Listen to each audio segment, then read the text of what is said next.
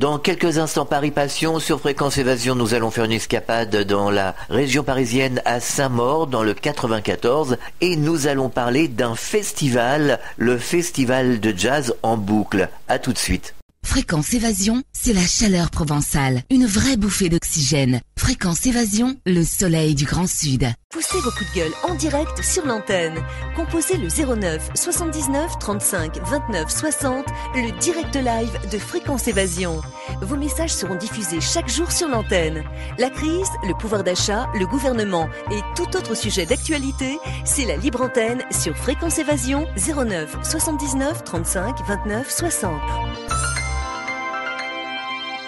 Coût d'un appel local est gratuit depuis une ligne internet. Radio Fréquence Évasion, le son de la Côte d'Azur. Nous sommes en compagnie de Didier Rillier. Nous allons découvrir le Festival Jazz en Boucle de Saint-Maur dans le Val-de-Marne. Bonjour, merci d'être avec nous.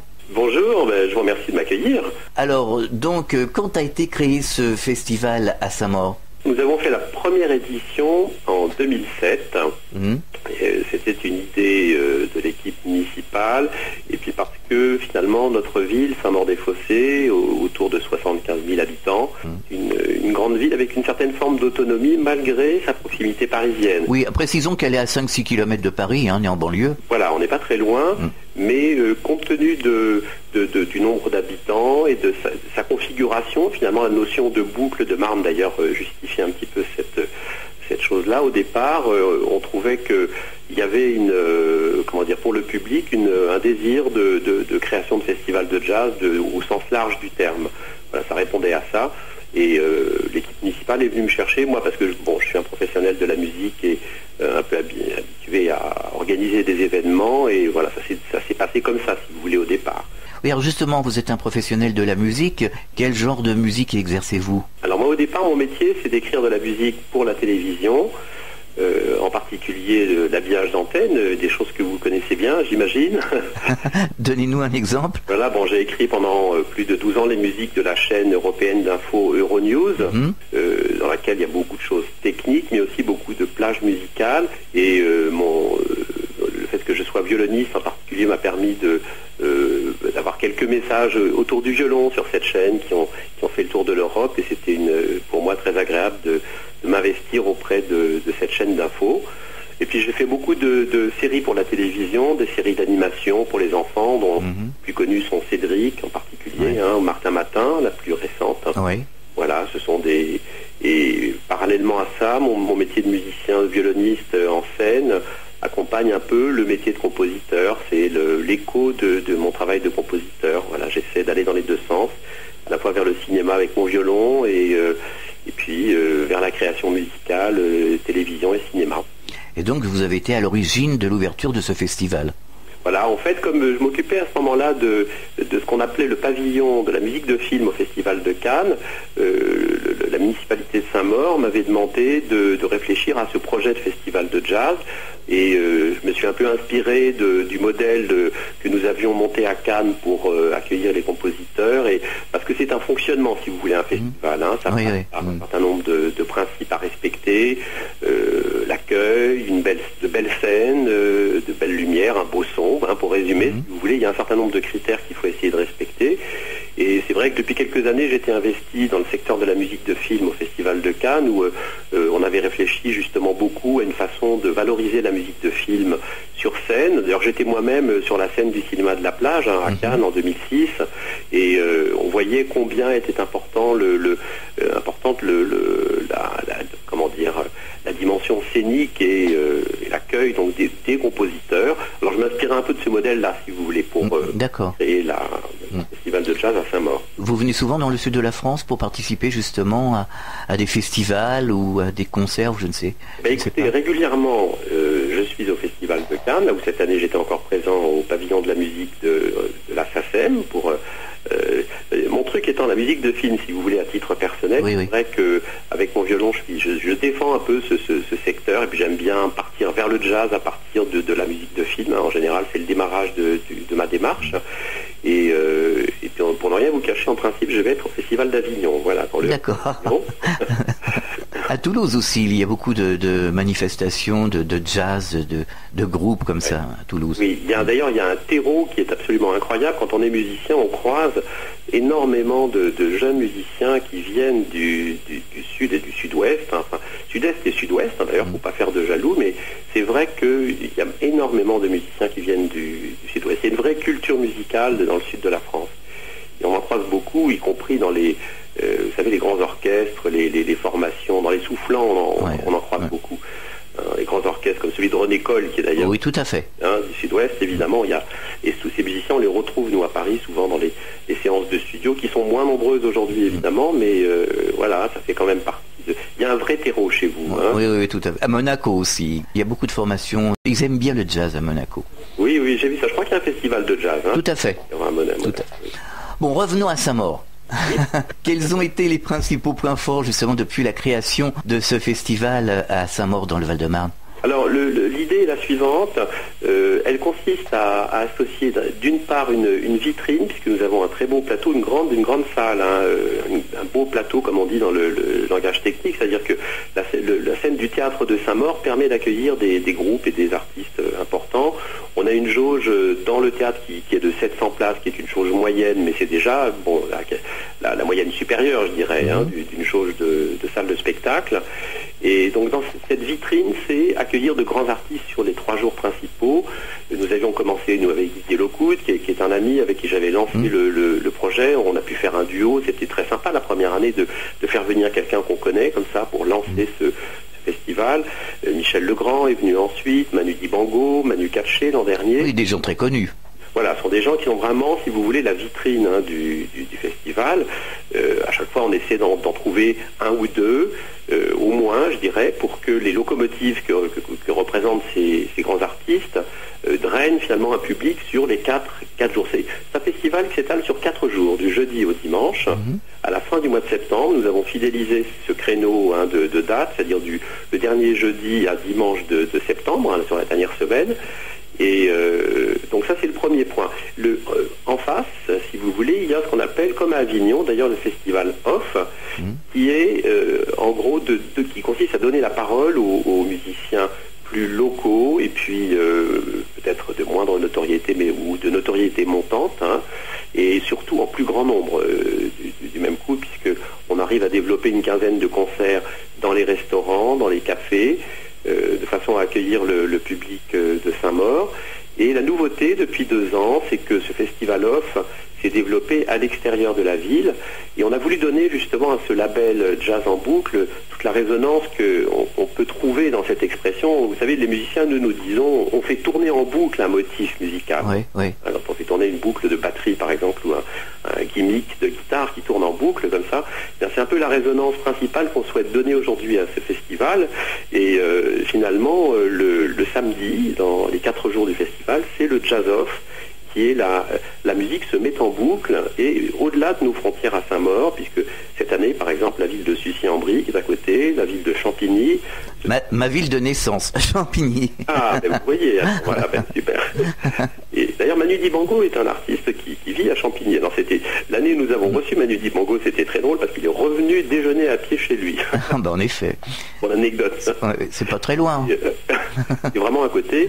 Et donc ces communes-là ont souhaité s'associer au festival de Saint-Maur, et c'est un peu la fête du jazz le samedi, un peu à l'image d'une fête de la musique, mais qui serait quand même dédiée au jazz et aux musiques du monde. On n'est pas sur le créneau de musique amateur, ou pas au sens pas péjoratif dans ma bouche, ce que je dis. Non. Si vous voulez, la fête de la musique en général, c'est vraiment donner la parole aux amateurs, à tous ceux qui aiment la musique. Oui, c'est plus populaire, c'est plus sympathique, voilà. Décontracté, voilà. Plus populaire, alors que nous finalement, nous essayons dans le Jazz Off de donner la parole aux jeunes professionnels, de mettre en avant ce terreau de la musique, qui est celui de la musique vivante. Et voilà, ça donne une image plus sur le terrain. En fait, les gens sortent, une image festive. C'est ce que nous essayons de faire, de réunir les gens autour d'un verre ou autour d'une table et d'avoir un petit groupe. Souvent, ce sont des trios, des quartets, parfois de plus grandes formations, mais en général, c'est ça. Ce sont des quartets et les gens passent une bonne soirée. Il y a une quinzaine de lieux et maintenant, donc, agrandi des participations participation de communes voisines. Alors comment ce festival a-t-il été accueilli par les Saint-Mauriens ? Alors, je pense qu'au départ, on s'est rendu compte que dans une grande ville comme la nôtre, justement, il y avait une véritable attente d'une manifestation de cette nature.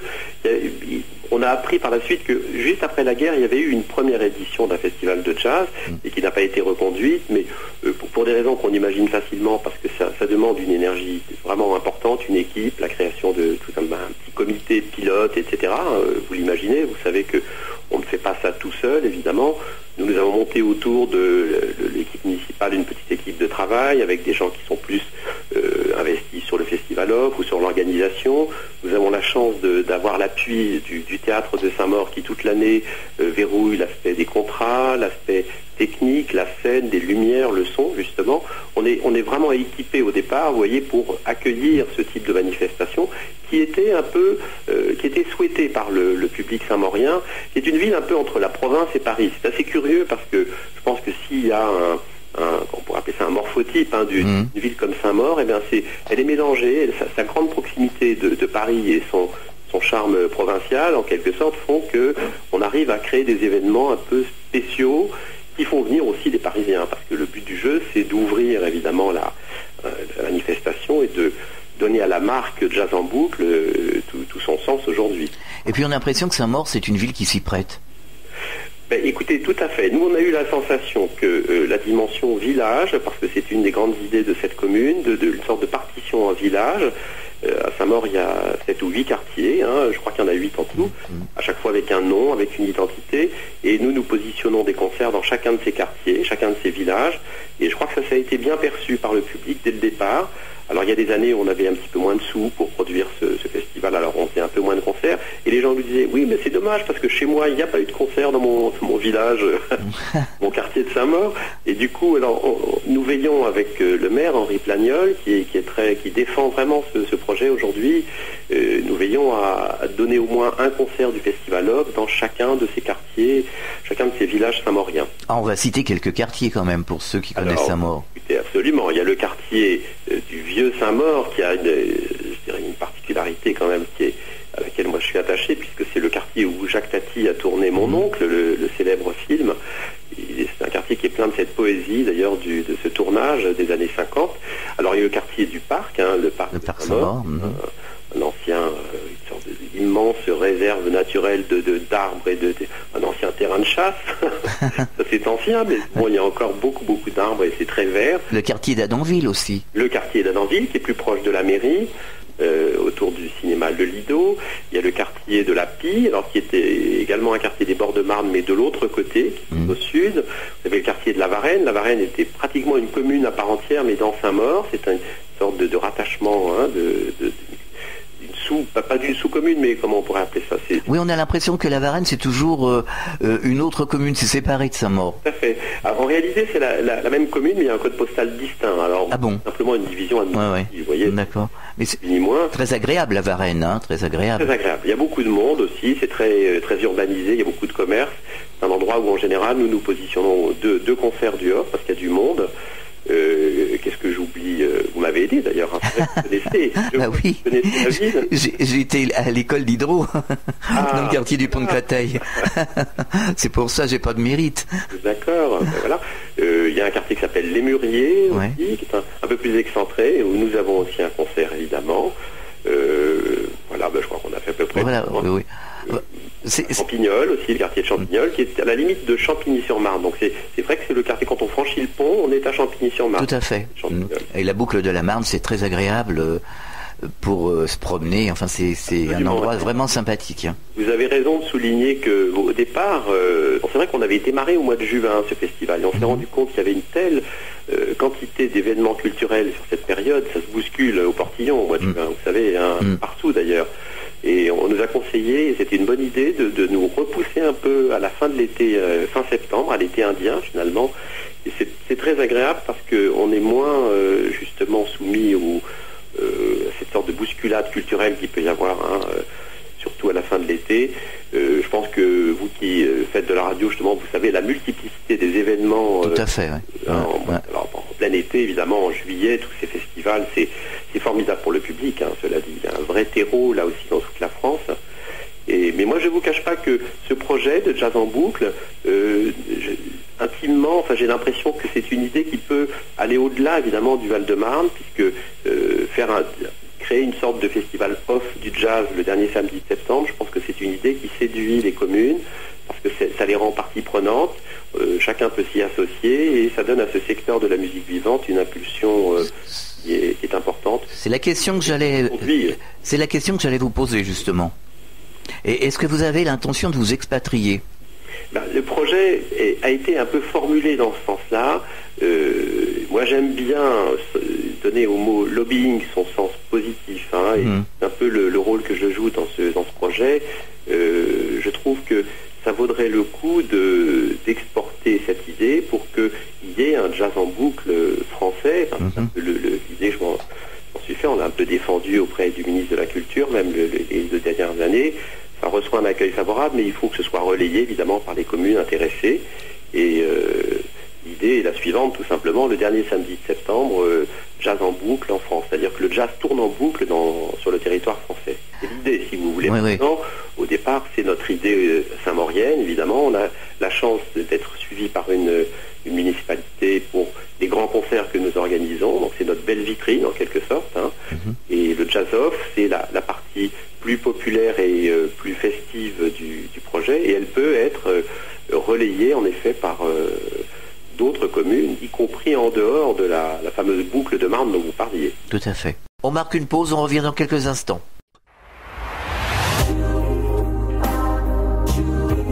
Fréquence Évasion Radio.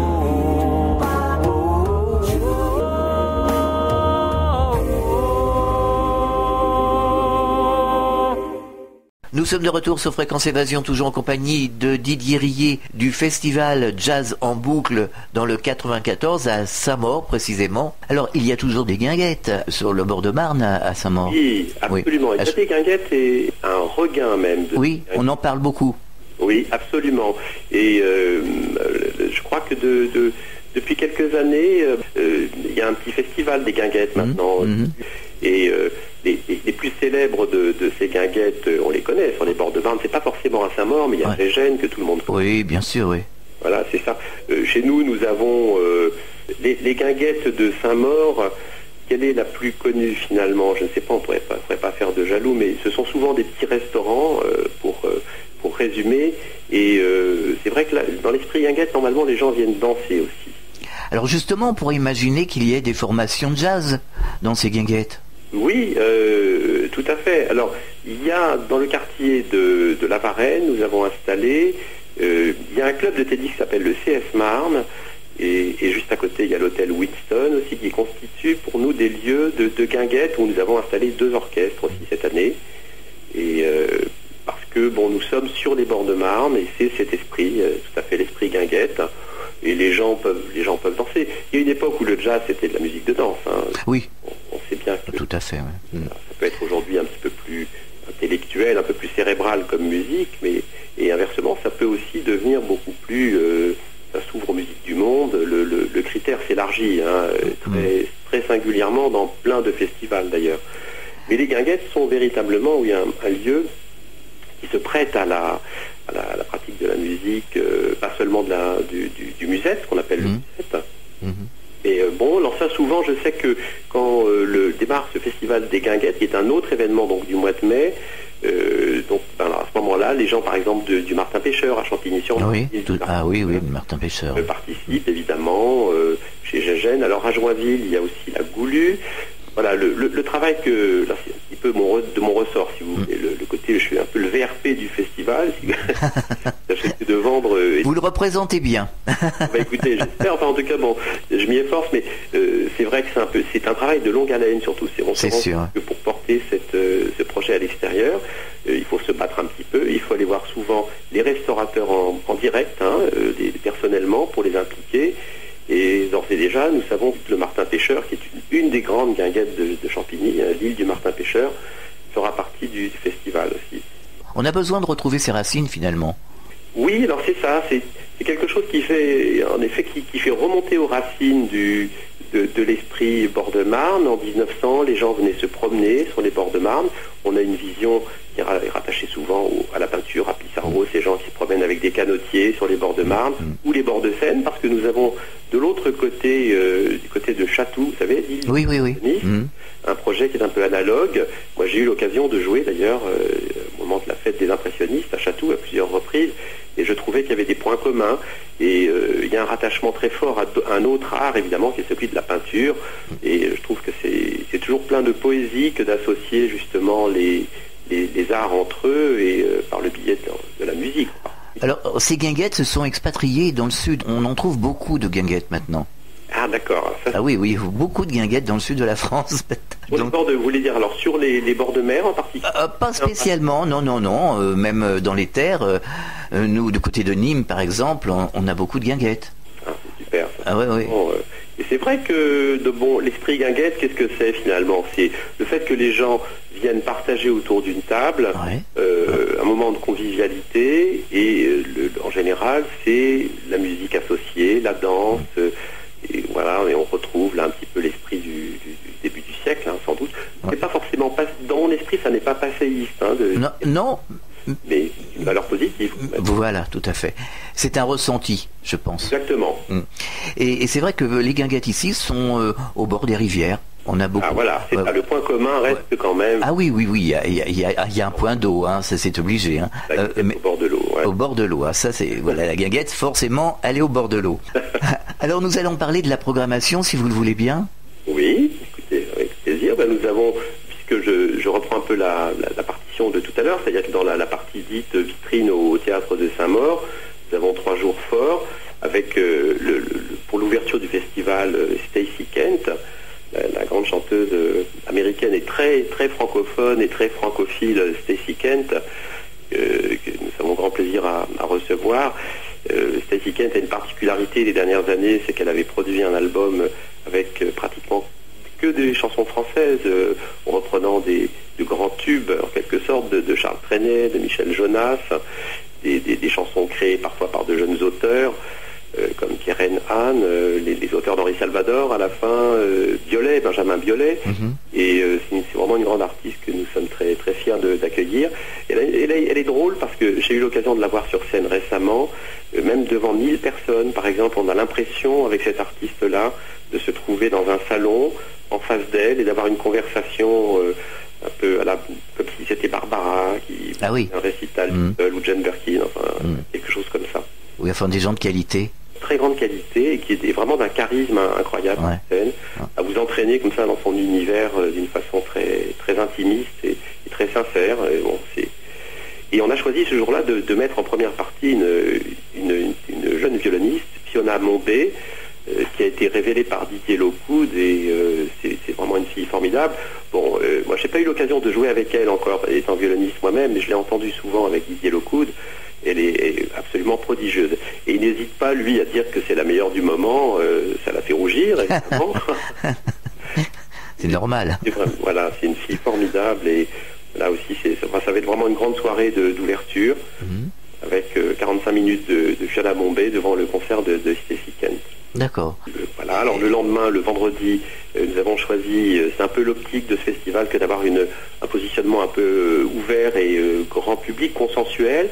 On a choisi un artiste que tout le monde connaît par la télévision, qui est André Manoukian. Ah oui, tout à fait. Voilà, quelqu'un d'extrêmement sympathique et talentueux. C'est très particulier un artiste comme André Manoukian, parce que sa carrière est aujourd'hui évidemment rattachée à ce qu'on peut appeler aussi un peu la pipolisation, pas dans le mauvais sens du terme, mais il a la chance d'être présent véritablement pratiquement toutes les semaines. On le voit à la télévision, il est là, quoi. Oui, il a participé à La Nouvelle Star, c'est ça? Voilà, il a été sur M6 des piliers de la Nouvelle Star, et ses jugements étaient d'ailleurs très, très intéressants. C'est quelqu'un plein d'humanité, mais il faut jamais oublier que c'est quelqu'un qui a démarré effectivement dans la musique comme compositeur, et en particulier avec Liane Folly, qui était sa compagne.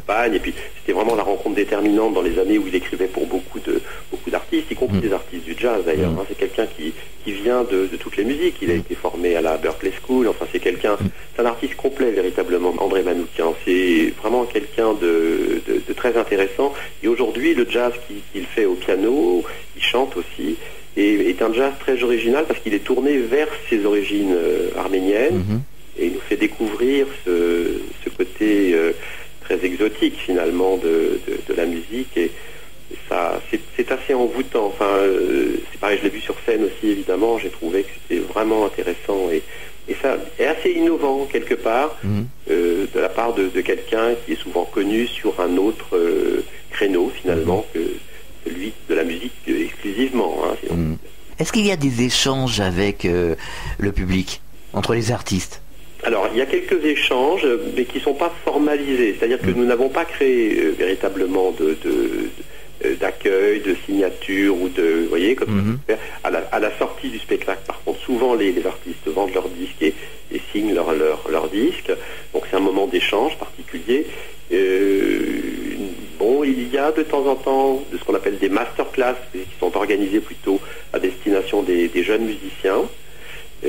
En termes d'échange, nous créons aussi des animations un peu en marge du festival, à la fois alors des apéros musicaux. Il y a une association extrêmement active qui s'appelle l'Happy Jazz, qui prend en charge une partie de cet accueil pour le grand public avant certains concerts. Par exemple, le dimanche, le jour de la clôture, il y a une sorte d'apéritif musical avec un apéritif brésilien et un orchestre dans le hall du théâtre pour accueillir le public. Vous voyez, tout à fait.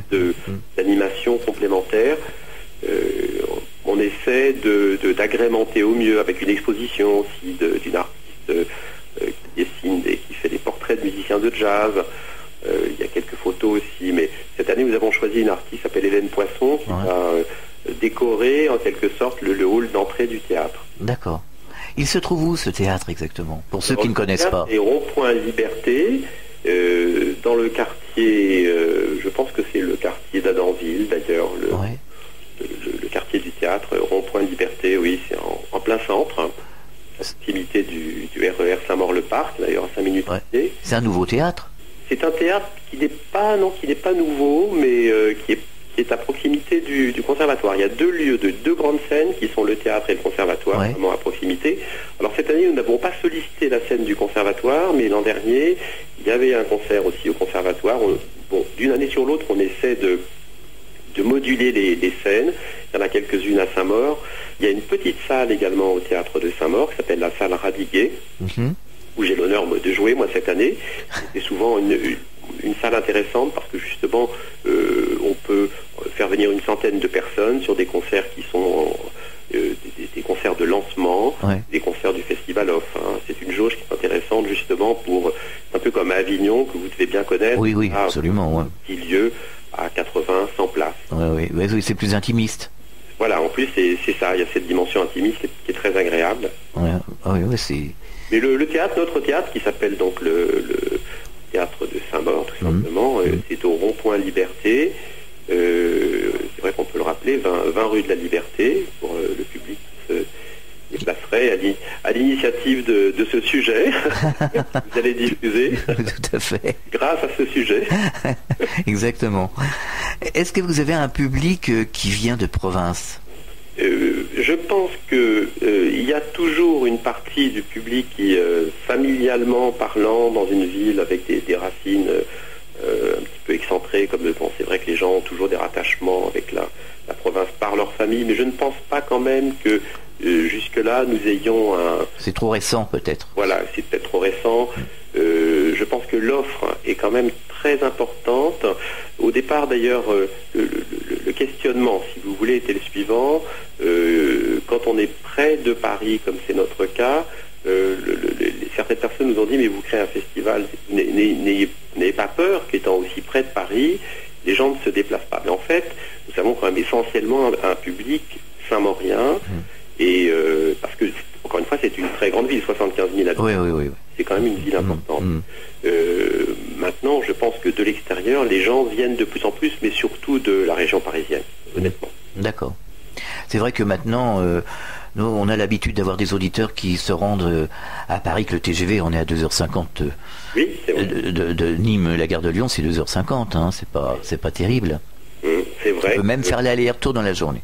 Oui, quand on est mordu, quand on est mordu de jazz et d'événements de ce type-là, oui. C'est vrai que je pense qu'il doit y en avoir, mais bon, on n'a pas fait d'études dans ce sens-là non plus. Et encore une fois, je pense que le propos, ça consiste en ce moment à grandir un peu, à ouvrir un peu sur les communes voisines essentiellement, avoir une résonance qui dépasserait celle du département et de la région, vous voyez. Alors Didier Rillet, est-ce que vous avez quelque chose à ajouter? Mais écoutez, en tout cas, j'espère que je n'ai pas été trop bavard. Non, mais ici on parle. On est là pour parler.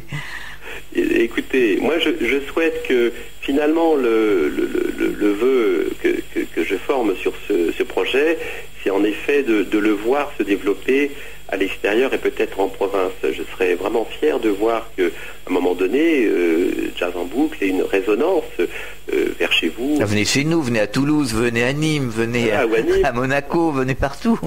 Et oui, non mais j'en serais très fier, très heureux. Et finalement, c'est grâce à des personnes comme vous qui nous donnaient la possibilité de diffuser et de porter la bonne parole. Finalement, c'est ça. Peut-être que ça parviendra aux oreilles de nos amis du sud de la France et qui s'associeraient un jour ou l'autre à Jazz en boucle fin septembre. Encore une fois, je crois que le message qu'on peut faire passer, c'est ça. Le Jazz en boucle, c'est un projet qui est positionné sur le dernier week-end de septembre, du jeudi au dimanche. Et le Jazz-off, faire tourner le jazz en boucle en France, ça serait le dernier samedi de septembre. Pourquoi pas? C'est un petit rêve, mais on vit de rêve. Oui, heureusement. Et heureusement. Il faut concrétiser ces rêves. Il faut essayer, ça n'est pas toujours facile, en tout cas ça prend du temps.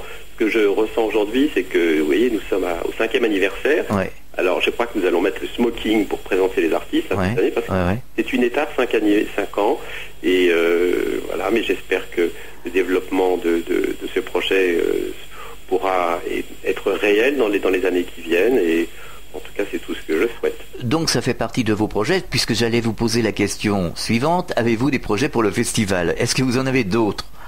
Écoutez, je crois que c'est celui-là finalement, déjà sa pérennité, faire en sorte que c'est le principal, continue, avec un petit peu plus de partenaires voisins, c'est-à-dire de communes voisines, et puis secrètement, là je le dis en public, mais je pense réellement que l'idée forte serait de développer le jazz en boucle, le jazz-off, le dernier samedi de septembre, partout en France, voilà. Eh bien on se donnera rendez-vous l'année prochaine pour en parler. Eh bien écoutez, si vous voulez, avec grand plaisir. Didier Rillet, merci d'avoir participé à cette émission, à très bientôt et bonne chance pour le festival Jazz en boucle à Saint-Maur. Écoutez, c'est moi qui vous remercie de votre accueil et n'hésitez pas surtout à venir nous voir. Ah, on a oublié de rappeler le site internet. Alors le site internet, j'en ai parlé un petit peu tout à l'heure, c'est www.jazzenboucle.com. Vous trouverez toute la programmation. Voilà. Au revoir, à très bientôt. Au revoir, merci beaucoup. À très bientôt pour un nouveau numéro de Paris Passion. Fréquence Évasion.